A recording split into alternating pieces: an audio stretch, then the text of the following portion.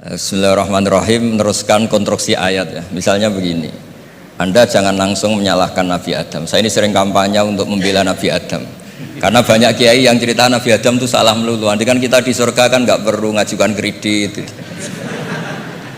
nggak perlu punya istri cantik yang minta ke mall, karena kelebihannya bidadari itu cantik, tidak minta belanja. Sudah gitu di madu juga nggak protes.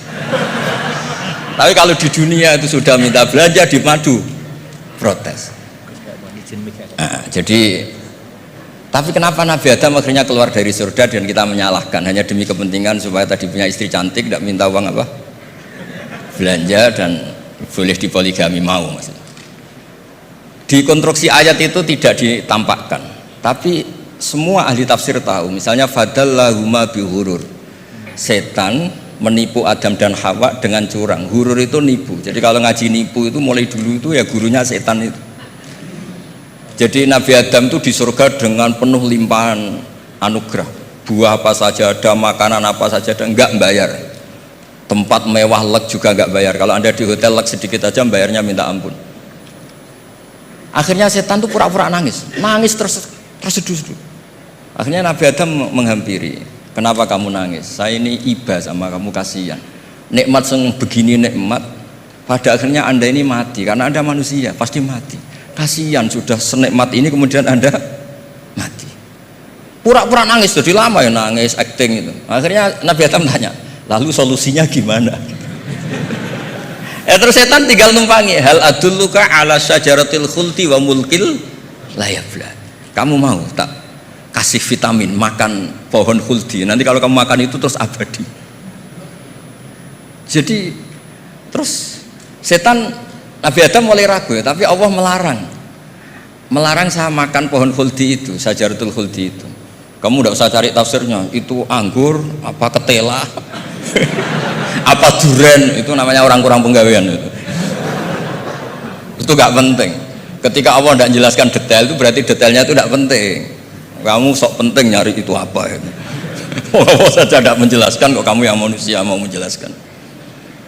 Akhirnya Nabi Adam tanya, apa betul Allah itu melarang saya makan itu?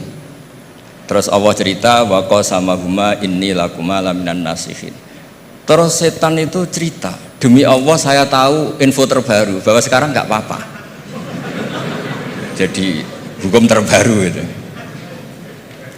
Singkat cerita Nabi Adam makan. Ketika makan berarti setan salah karena menipu Nabi Adam, Adam salah karena makan pohon khuldi tadi. Apa yang terjadi? Allah manggil Nabi Adam, Adam kenapa kamu makan itu?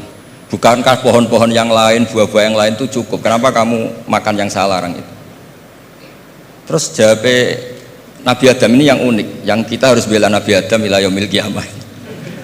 Wa izzatika ya Rabbi ma'adzunnu anna ahadan yahlifu bika kadiban. Demi kehormatanmu ya Allah, ketika engkau disebut oleh setan, saya tidak pernah mengira ada orang berani mencatut nama engkau kemudian dia bohong. Ketika engkau disebut ya Allah, saya tidak pernah mengira ada orang mencatut nama engkau kemudian dia bohong. Sehingga Allah itu haru sama Nabi Adam. Makanya Nabi Adam itu diusir. Ini meneruskan ayat yang dibaca Mas Masjid tadi. Diusir tapi disangoni. Dam, secara prosedur hukum kamu harus saya usir karena kamu melanggar. Tapi tak sangoni, lucu kan? Tak sangoni. Kamu baca ini ya. jadi unik. Makanya ayatnya fatalaqqa Adamu mir Rabbi. Bukan kreasinya Nabi Adam. Kalimat itu bukan kreasi Nabi Adam, tapi hadiah sama Allah. Ini kamu secara pelaturan tak usir, tapi tak sangoni, ini dibaca nanti. Tapi Nabi Iblis tidak disangoni. Karena memang dia penipu betul. Sudah gitu akting pura-pura nangis, pura-pura ini itu.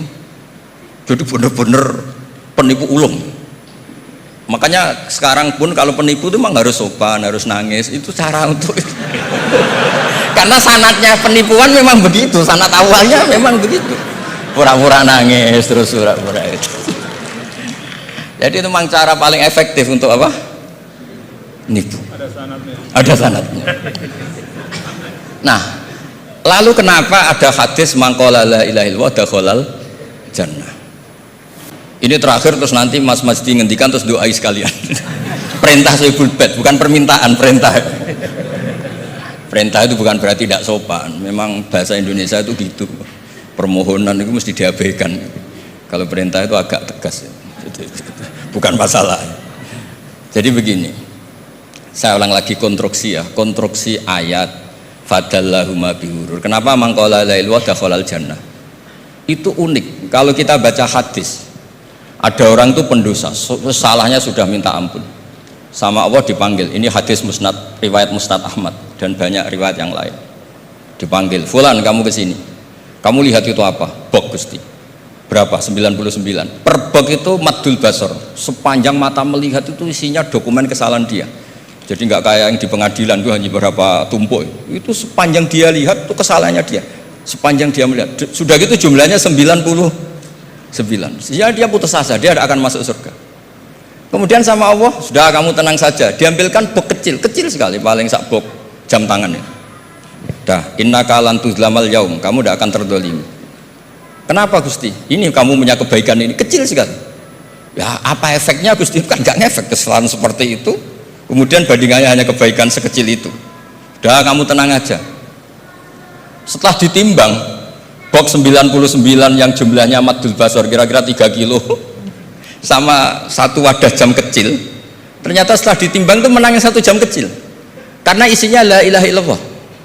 Malaikat itu nggak berani. Kamu berani, ada namaku kemudian kamu abaikan. Malaikat yang nimbang Pak Warsono itu diprovokasi sama malaikat yang lain. Kamu berani nggak mempertimbangkan kata Allah di situ? Wah ya tidak berani. Jadi disebut fala yaskulu ma'asmillahi ta'ala sayun, dibandingkan asma Allah itu tidak ada yang bisa mengungguli. Nah, di sini terus para torekot, para apa konwiridan Allah, Allah, Allah. Tapi karena kita ini sekarang sudah tidak ngaji malah tanya, gunanya apa sih muni Allah, Allah? Lu nyebut pangerane orang-orang gunanya.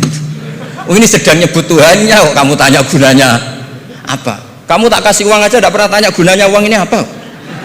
Pas dijak wiridan tanya gunanya apa sih? Oh dasar orang aneh.